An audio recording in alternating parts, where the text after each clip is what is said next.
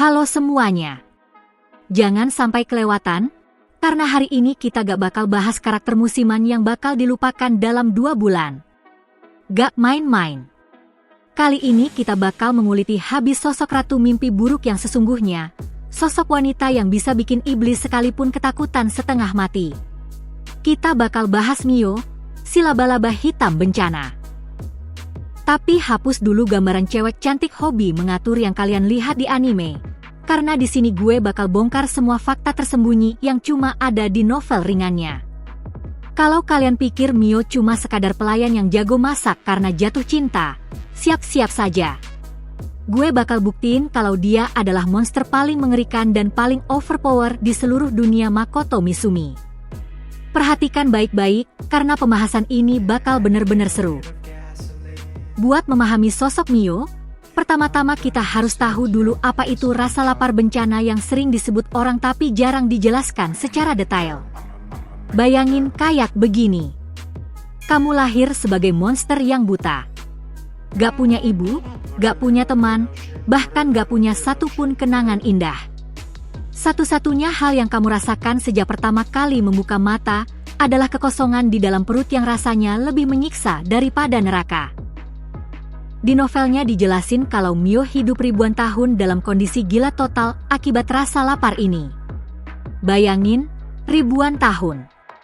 Dia bukan laba-laba yang berburu makanan karena hobi atau iseng, melainkan sesosok makhluk yang eksistensinya sendiri adalah sebuah kutukan. Tubuhnya luar biasa kuat sampai gak bisa mati, tapi rasa laparnya begitu besar hingga seolah menggerogoti dirinya dari dalam. Dan tahu gak apa yang paling parah? Bagi Mio, rasa sakit fisik itu sama sekali gak ada artinya. Di dalam catatan novel ringannya disebutkan kalau para prajurit terkuat pernah mencoba membunuhnya. Mereka memotong kaki-kakinya, membakar matanya, sampai menancapkan tombak ke perutnya. Tapi tahu gak apa yang dilakukan Mio? Gak ada sama sekali. Gak ada teriakan ataupun ringisan kesakitan. Itu bukan karena dia pemberani, melainkan karena rasa sakit dari pedang yang menembus kulitnya itu gak ada 1/100-nya dari rasa sakit akibat kelaparan yang dia rasakan setiap detik. Rasanya cuma kayak digigit nyamuk pas kamu lagi dibakar hidup-hidup. Saking gelapnya masa lalu monster satu ini. Dia adalah mesin penghancur yang gak punya akal sehat, cuma pusaran hitam yang meratakan seluruh kota hanya demi mencoba mengisi kekosongan di dalam jiwanya. Kacau banget kan? Tapi kemudian, datanglah satu momen yang mengubah segalanya. Momen pertemuan dia dengan bos besar kita, Makoto. Dengerin baik-baik karena di bagian ini banyak orang yang salah paham. Banyak yang mikir kalau Mio jatuh cinta cuma karena Makoto berhasil mengalahkannya dalam pertarungan. Jelas salah besar. Mio gak punya harga diri sepele kayak begitu. Hal yang terjadi sebenarnya jauh lebih mendalam secara insting. Energi magis milik Makoto itu gak normal. Energinya sangat padat, murni, dan melimpah. Jadi pas Mio mencicipinya untuk pertama kali, mukjizat yang dia tunggu selama ribuan tahun akhirnya terjadi. Keheningan total. Untuk pertama kalinya dalam ribuan tahun, jeritan kelaparan di perutnya berhenti seketika. Itu adalah momen kedamaian pertama dalam hidupnya. Bagi Mio, Makoto itu bukan sekadar sosok yang dia cintai, melainkan penyelamat hidupnya. Dia sangat terikat karena Makoto adalah satu-satunya makhluk di semesta ini yang bisa menjinakkan monster kelaparan di dalam tubuhnya. Kesetiaan ini bahkan sudah ada di tahap yang ekstrim. Makanya, kalau ada yang berani menyentuh Makoto sedikit saja, Mio gak cuma bakal marah, dia bakal mengamuk sejadi-jadinya. Karena kalau Makoto sampai mati, dia bakal kembali ke neraka kelaparan abadi yang menyiksa itu. Dan tentu saja dia gak bakal membiarkan hal itu terjadi. Oh ya, kalau kalian penasaran kenapa Tomoe yang punya harga diri tinggi itu mau menerima monster gila ini masuk ke tim, kalian wajib banget tonton video gue yang bahas tentang Tomoe. Di situ gue kupas tuntas soal perjanjian mereka berdua dan alasan kenapa mereka selalu berantem kayak kucing dan anjing. Langsung dicek aja setelah ini biar gak ketinggalan infonya. Jadi sekarang kalian tahu kan kalau Mio awalnya adalah sebuah kesalahan ciptaan, sebuah lubang hitam yang cuma tahu cara menghancurkan. Tapi berkat makanan surgawi yang berupa energi magis dari bos kita, sekarang dia ada di sini, berusaha keras buat belajar cara menjadi manusia. Tapi jangan sampai terkecoh, karena di balik kimono hitam dan senyum manisnya saat memasak, sosok laba-laba raksasa yang bisa menelan dunia itu masih hidup di dalam dirinya. Dan di segmen berikutnya, gue bakal ceritain bagaimana kegilaannya itu berubah jadi obsesi masak yang luar biasa sampai koki profesional pun bakal gemetaran melihatnya. Mari kita lanjut lagi. Karena kalau kalian pikir Mio pakai celemek masak cuma biar kelihatan kayak ibu rumah tangga yang anggun, kalian salah besar. Di segmen ini kita bakal bedah alasan sebenarnya kenapa laba-laba favorit kita ini mendadak terobsesi sama dunia kuliner. Dan bocoran buat kalian, ini semua ada hubungannya sama obsesi dia ke Makoto daripada sekadar hobi masak. Di novel ringannya, dijelaskan sesuatu yang bahkan hampir gak tersentuh di versi animenya. Pas Mio berubah ke wujud manusia dan bergabung dengan perusahaan Kuzunoha, dia sama sekali gak paham apa artinya menjadi seorang manusia. Bagi dia, manusia itu cuma kayak semut yang rasanya renyah pas dikunyah. Terus, bagaimana ceritanya sosok pemangsa dunia bisa berubah drastis jadi ahli pembuat sushi dan ramen berkualitas tinggi? Semua ini terjadi gara-gara ingatan Makoto. Karena Mio punya hubungan batin langsung sama bos besar lewat kontrak mereka, dia mulai mengintip isi kepala Makoto dan menemukan sebuah harta karun yang bikin dia syok berat, yaitu kuliner Jepang. Tapi perhatikan baik-baik, disinilah plotnya makin menarik. Mio itu masak bukan karena hobi, melainkan karena rasa takut. Ya, kalian gak salah dengar. Dia sadar. Betul kalau satu-satunya cara buat menjaga Makoto tetap berada di sisinya, tanpa bikin cowok itu ketakutan melihat wujud asli monsternya, adalah lewat makanan. Di novel ringannya ada bagian yang intens banget saat awal-awal Mio belajar masak. Bagi dia, semua hal di dunia ini selain energi magis Makoto itu rasanya hambar kayak kardus atau tanah. Tapi karena dia punya sifat keras kepala yang akut, dia nekat latihan keras seolah lagi bertarung melawan dewa. Tangannya sampai melepuh, dia nekat memotong bahan-bahan berbahaya, dan rela begadang semalaman cuma demi meniru satu mangkuk nasi yang sempurna. Semua itu dia lakukan hanya untuk melihat sang waka tersenyum. Hal yang benar-benar gila adalah bagaimana masakan ini menjadi perpanjangan dari kekuatannya. Mio gak pakai pisau dapur biasa. Dia menggunakan sihir dan kendali benangnya buat memotong semua bahan makanan dengan akurasi tinggi yang bahkan bisa bikin dokter bedah terbaik di dunia minder. Tapi ada sisi gelap dari semua ini. Di novelnya disebutkan kalau Mio itu sangat protektif dan cemburuan soal dapurnya. Kalau ada orang lain yang mencoba memasak buat Makoto, atau lebih parah lagi, berani mengkritik masakannya, Mio bakal langsung masuk ke mode psikopat yang bikin bulu kuduk merinding. Bagi dia, memberi makan Makoto adalah ritual yang suci. Itu adalah caranya buat menegaskan kalau Makoto adalah miliknya seutuhnya. Posesifnya sudah tingkat dewa. Belum lagi kalau kita bahas cara dia mendidik warga lain di Asora soal makanan. Di novel ringannya diperlihatkan kalau Mio ini adalah guru yang sangat kejam dan disiplin. Kalau para orc atau manusia kadal gak bisa belajar masak sesuai standar yang dia tetapkan, mereka bakal habis disiksa sama dia. Dia pengen menyulap seluruh Asora menjadi surga kuliner hanya agar saat Makoto berjalan-jalan di sana, sang bos merasa kayak lagi pulang ke kampung halamannya di Jepang. Intinya, Mio lagi membangun ulang dunia ini lewat makanan, piring demi piring, cuma biar cowoknya gak merindukan kehidupan lamanya. Menurut kalian ini cinta yang tulus atau kegilaan yang kelewat batas? Kalian sendiri yang tentukan.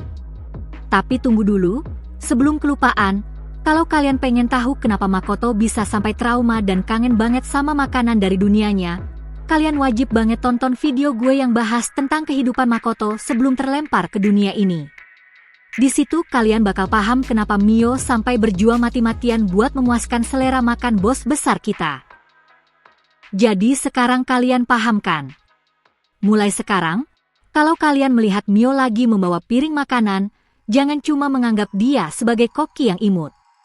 Ingatlah kalau dia adalah makhluk purba berusia ribuan tahun yang mengerahkan seluruh kekuatannya agar pria yang dia cintai gak sadar kalau dia aslinya adalah laba-laba raksasa yang bisa menelan matahari kalau sampai kelaparan. Dan siap-siap, karena di segmen berikutnya kita bakal bahas soal adu jotos. Begitu Mio melepas celemeknya dan mulai merapal sihir, pertempuran bakal berubah jadi pembantaian total. Kalian mendingan kunci pintu rumah sekarang juga, karena di bagian inilah Mio bakal melepas topengnya dan memperlihatkan sosok iblis yang sebenarnya. Kalau kalian berpikir sihir kegelapan miliknya cuma sekadar mengeluarkan asap hitam biar kelihatan misterius, kalian benar-benar kurang jauh mainnya. Di novel ringannya, sihir kegelapan milik Mio itu bukan main-main. Itu adalah kekuatan murni yang gak cuma membakar musuh, tapi juga menelan eksistensi mereka sampai lenyap tanpa sisa. Bayangin aja ada lubang hitam berjalan yang punya rasa lapar tak terbatas. Begitu Mio mengeluarkan seluruh kekuatannya, dia gak cuma membunuh musuh-musuhnya, tapi benar-benar menghapus mereka dari muka bumi. Gak ada jasad yang tersisa, gak ada jiwa, gak tersisa apapun. Saking mengerikannya kekuatan si bos cewek satu ini. Tapi tunggu dulu, hal yang paling bikin merinding bukan cuma sihirnya, melainkan bagaimana dia memadukan sihir itu dengan insting laba-labanya. Banyak yang lupa kalau dia adalah si laba-laba hitam bencana. Dalam pertempuran paling sengit di novel ringannya, Mio membuktikan kalau tubuhnya sendiri adalah senjata pembunuh yang sangat mematikan. Dia bisa memunculkan kaki-kaki laba-laba raksasanya meskipun masih dalam wujud manusia, dan jujur itu adalah tontonan horor yang sesungguhnya. Kaki-kaki ini bukan pajangan doang, ketajamannya melebihi pedang suci manapun dan bisa menembus baju zirah tebal seolah memotong mentega cair. Belum lagi kalau kita bahas soal benang laba-labanya. Benangnya hampir gak terlihat dan punya daya tahan yang sangat kuat sampai bisa menahan naga superior sekalipun. Mio menggunakan benang ini buat mengendalikan medan perang, menjebak mangsanya, dan yang paling sadis, memotong-motong tubuh mereka. Ada satu adegan di novelnya di mana musuh-musuhnya bahkan gak sadar kalau tubuh mereka sudah terpotong-potong jadi bagian kecil gara-gara menabrak benang gak terlihat miliknya. Itu adalah pembantaian massal yang brutal, dan gilanya, Mio malah tertawa melihat kekacauan tersebut. Nah, ini dia spoiler yang bakal bikin otak kalian meledak. Rahasia paling mengerikan dari kekuatannya, yaitu kemampuan regenerasi tingkat dewa miliknya. Dalam pertarungan paling ekstrim di novelnya, diperlihatkan kalau Mio ini pada dasarnya abadi. Lengannya boleh saja dipotong, jantungnya bisa ditusuk pakai tombak, bahkan setengah kepalanya bisa dihancurkan sampai hancur total.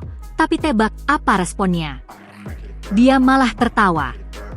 Selama dia masih bisa mengakses energi magis milik Sang Waka, tubuhnya bakal utuh lagi cuma dalam hitungan detik. Di novel ringannya dijelaskan kalau Mio bahkan gak merasakan sakit sama sekali dari luka-luka itu. Karena seperti yang gue ceritain tadi, dia sudah hidup ribuan tahun menahan rasa sakit yang jauh lebih menyiksa di perutnya. Bagi dia, kehilangan kaki itu rasanya cuma kayak digigit nyamuk biasa. Dia benar-benar gak bisa dihentikan. Satu-satunya cara buat mengalahkan dia adalah dengan membunuh. Makoto duluan, dan jujur saja, semoga berhasil dengan rencana mustahil itu. Ngomong-ngomong soal pembunuhan dan pertarungan legendaris, kalau kalian pengen melihat karakter yang bertarung pakai strategi jenius dan gak cuma mengandalkan otot, kalian harus tonton video gue yang bahas tentang Tomoe. Di sana gue kupas tuntas bagaimana naga satu itu menggunakan kecerdasan samurainya buat memenangkan pertempuran bahkan sebelum pedangnya dicabut. Langsung dicek aja biar tahu dua sisi kekuatan yang berbeda di perusahaan Kuzunoha. Mio itu bukan tipe petarung yang terhormat. Dia gak peduli sama duel satu lawan satu yang adil atau aturan perang yang ribet. Dia adalah predator murni yang bakal menghalalkan segala cara buat melenyapkan siapa saja yang berani menghalangi jalannya atau mengganggu bos besarnya. Gaya bertarungnya itu kacau, penuh darah, dan benar-benar bikin trauma. Begitu Mio masuk ke mode tempur penuh, kalian mendingan langsung pesan peti mati saja, karena begitu dia mengincar kalian, kalian gak bakal bisa lari. Dan percayalah, kalian gak bakal mau berakhir jadi santapan malam dia. Jadi sekarang kalian tahu kan? Lain kali kalau kalian melihat Mio tersenyum manis, selalu ingat kalau di balik wajah cantiknya itu bersemayam sosok laba-laba raksasa yang bisa menelan dunia kapan saja kalau Sang Waka memberi izin. Dan tahan dulu, karena di segmen berikutnya kita bakal bahas hubungan dia sama Tomoe. Begitu dua makhluk ini berkumpul, gosip dan drama di antara mereka berdua bakal terasa lebih panas daripada lahar di dimensi Asora. Siap-siap semuanya, karena di bagian inilah situasi bakal makin memanas. Kita sudah bahas seberapa kuatnya Mio dan bagaimana dia bisa terobsesi sama dunia masak, tapi sekarang mari kita masuk ke bagian yang paling kalian tunggu-tunggu, yaitu gosipnya. Kalau kalian mikir hubungan antara Mio dan Tomoe itu kayak sahabat dekat yang hobi jalan bareng, kalian benar-benar salah besar. Di novel ringannya, dinamika antara si laba-laba dan si naga ini adalah perang dingin abadi yang kadang-kadang sampai memicu gempa bumi lokal di dalam dimensi Asora. Kacau banget pokoknya. Sejak hari pertama ketemu, dua makhluk ini sudah langsung pasang badan buat menjaga wilayah kekuasaan masing-masing kayak penguasa jalanan. Di satu sisi kita punya Tomoe yang merasa dirinya adalah pemimpin senior karena dia yang pertama kali menandatangani kontrak sama bos besar. Dia yang bikin aturan, dia yang mengatur pasukan, dan dia yang merasa paling berhak jadi tangan kanan Makoto. Tapi mendadak datanglah Mio dengan rasa lapar ribuan tahun dan tingkat obsesi dewa miliknya, lalu bilang, "Minggir kamu, sekarang bos besar itu cuma milikku dan gak boleh ada yang menyentuhnya." Nah, disitulah perang abadi mereka dimulai. Di versi novel ringannya ada banyak adegan yang benar-benar kocak tapi sekaligus bikin merinding. Tomoe selalu berusaha buat mendidik Mio agar bersikap lebih anggun, gak gampang tersulut emosi, dan berhenti bertingkah kayak monster kelaparan. Tapi bagi Mio, semua nasihat itu cuma masuk telinga kanan keluar telinga kiri. Menurut dia, Tomoe itu cuma sekadar kadal raksasa sok tahu yang suka merebut waktu berharganya bersama Sang Waka. Pertengkaran mereka itu bener-bener epik.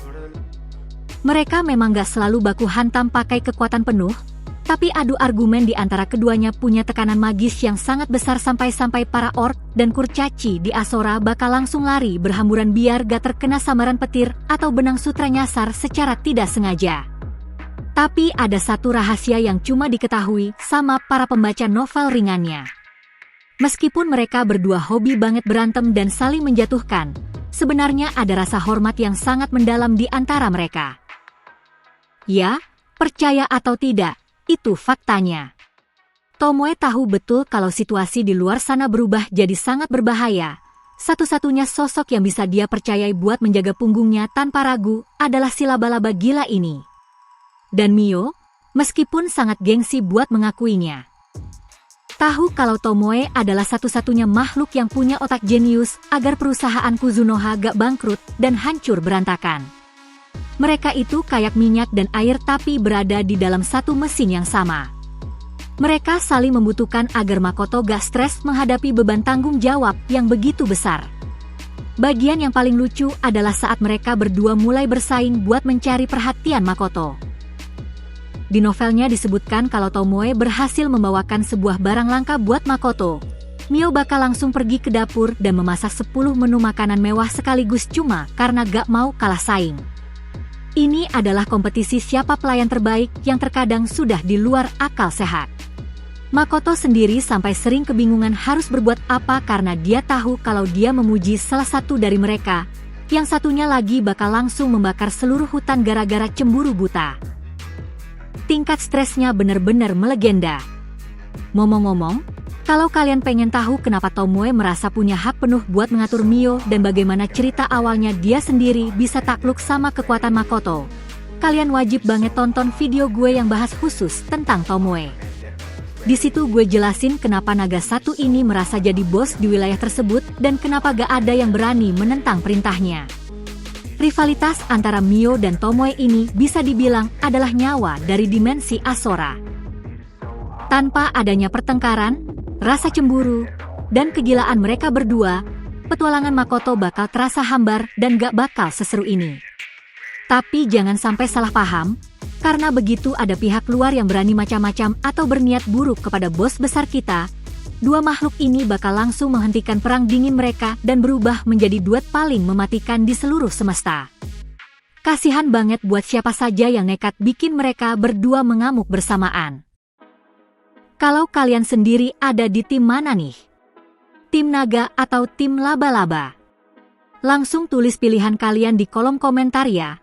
Gue pengen tahu kubu mana yang punya pendukung paling solid. Dan bersiaplah, karena di segmen terakhir ini kita bakal menutup pembahasan dengan sangat epik, yaitu membahas masa depan Mio di dalam novel serta rahasia besar yang mengikat dirinya bersama Makoto untuk selamanya. Jangan kemana-mana. Kita sudah sampai di bagian akhir, tapi jangan sedih dulu karena pembahasan yang paling seru justru baru mau dimulai sekarang. Setelah semua hal yang gue ceritain tadi, mulai dari rasa lapar abadi sampai hobinya yang suka memotong-motong orang pakai benang gak terlihat, ada satu pertanyaan besar yang tersisa. Bagaimana kelanjutan nasib dari karakter gila favorit kita ini di dalam novel ringannya? Karena perlu kalian tahu, perkembangan karakter Mio itu gak jalan di tempat. Berbeda dari karakter cewek di anime lain yang cuma dijadikan pajangan buat mendampingi karakter utama, Mio punya perkembangan karakter yang benar-benar luar biasa keren. Di volume-volume terbaru novel ringannya, kita diperlihatkan sosok Mio yang hidupnya gak cuma sekadar buat makan atau bertarung saja. Dia mulai memahami apa arti dari sebuah kesetiaan yang sesungguhnya, bukan cuma karena terikat oleh kontrak sihir, melainkan karena murni dari keinginan hatinya sendiri. Tapi jangan salah paham dulu. Dia tetap menjadi sosok yang kejam dan sadis seperti biasanya kalau sudah menyangkut urusan menjaga kehormatan perusahaan Kuzunoha. Di novelnya ada momen-momen di mana Makoto mulai mempercayakan misi mata-mata dan diplomasi penting kepada dia, tentu saja lewat cara khas Mio. Disinilah kalian bakal sadar kalau Mio itu sebenarnya jauh lebih cerdas daripada yang terlihat selama ini. Dia bukan cuma mengandalkan otot dan kekuatan murni, melainkan seorang predator sejati yang tahu kapan waktu yang tepat buat melepaskan racun mematikannya. Karakter ini benar-benar sebuah mahakarya. Tapi mari kita bahas fakta yang paling mendasar buat kesimpulan akhirnya. Apakah Mio ini bisa dianggap sebagai orang yang baik? Jelas sama sekali bukan. Mio adalah sesosok monster mengerikan yang memilih buat menjadi baik hanya demi satu orang pria saja. Dan fakta itulah yang bikin karakter dia terasa sangat menarik buat diikuti. Di dalam dunia yang penuh dengan pahlawan sok suci yang hobi bahas moral dan penjahat klaster yang membosankan, posisi Mio berada di area abu-abu yang sangat gelap. Dia adalah sebuah bukti nyata bahwa terkadang, rasa cinta itu gak melulu mengubahmu jadi orang yang lebih baik, melainkan cuma memberimu satu alasan kuat agar gak menghancurkan dunia ini. Hubungan dia dengan Makoto adalah satu-satunya hal yang menjaga sosok laba-laba bencana tetap terkurung di dalam wujud manusia yang menawan tersebut. Ini adalah sebuah keseimbangan yang sangat rapuh, dan hal itu yang memberikan tensi luar biasa di dalam novelnya sampai bikin pembaca gak bisa berhenti membalik halaman demi halaman. Sekarang, gue punya satu pertanyaan penting yang wajib langsung kalian jawab di kolom komentar sekarang juga. Kalau seandainya Makoto tiba-tiba menghilang atau tewas, menurut kalian apakah Mio bakal tetap melanjutkan visi dan misi Makoto di Asora, atau dia bakal langsung berubah kembali menjadi monster buas yang bakal menelan seluruh peradaban di dunia tersebut? Gue pengen banget membaca teori-teori gila dari kalian, karena kita yang membaca versi novelnya tahu betul kalau kemungkinan buruk itu selalu ada dan bisa terjadi kapan saja. Dan kalau kalian masih penasaran kenapa cuma bos besar Makoto yang sanggup menjinakkan monster sebuas itu, jangan malas buat langsung tonton video lengkap tentang Makoto yang sudah gue siapkan di channel ini. Di sana gue bedah habis rahasia kekuatannya dan alasan kenapa para dewa sekalipun sampai ketakutan melihat sosok cowok satu ini. Membuat video pembahasan tentang Mio ini benar-benar sebuah perjalanan yang seru, karena kita bisa melihat sisi paling gelap sekaligus paling menarik dari serial Tsukimichi. Mio adalah simbol dari ambisi, bahaya, dan tanpa diragukan lagi, dia adalah koki terbaik yang bisa kamu miliki di dunia ini, selama kamu gak bikin dia kesal. Terima kasih banyak buat kalian yang sudah menonton sampai habis video dari koleksi pembahasan mendalam yang lagi kita bangun buat channel ini. Jangan lupa buat klik like kalau kalian suka sama bocoran fakta novel ringan yang gue bagikan tadi. Dan jangan lupa subscribe biar gak ketinggalan video berikutnya saat kita mengupas tuntas karakter lain yang pastinya sudah kalian kenal dengan baik. Kalian sudah tahu cara mainnya kan? Selalu waspada sama laba-laba hitam, jangan pernah berani memicu amarah si bos cewek, dan sampai jumpa di pembahasan seru berikutnya. Sampai jumpa semuanya.